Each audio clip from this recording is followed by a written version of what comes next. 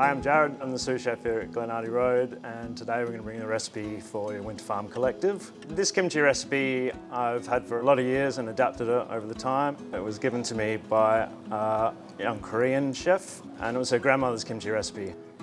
So traditionally kimchi would use Chinese cabbages, but we've got savoys in the garden, so that's what we're going to use this time. And this time of year as pears come on, they're an important ingredient in kimchi.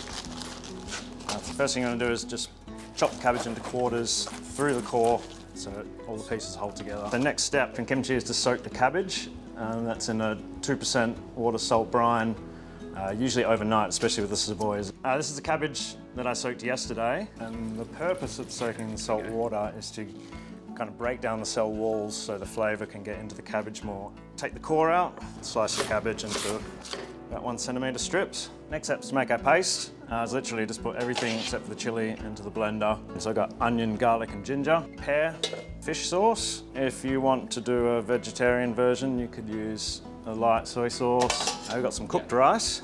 Doesn't really matter which seaweed you use. The best would be kombu. It has the most flavour and lots of umami. You don't want to blend your chilies. The finer the chili gets chopped, the spicier it's going to be. All right, we're going to blend it. All right, what's left now is to just add your chili paste to your cabbage. If I'm making this at home, I like to just get my hands in there. Last step is to just pack your cabbage into your jars. Pack it down periodically so you don't get any air pockets in there. It's also quite important that your jar is completely full, kind of eliminating as much air from in there as you can. Keep it under brine and all will be fine. You can reserve one of the outer leaves of the cabbage just to use as a follower in the top of your jar to keep everything packed in there.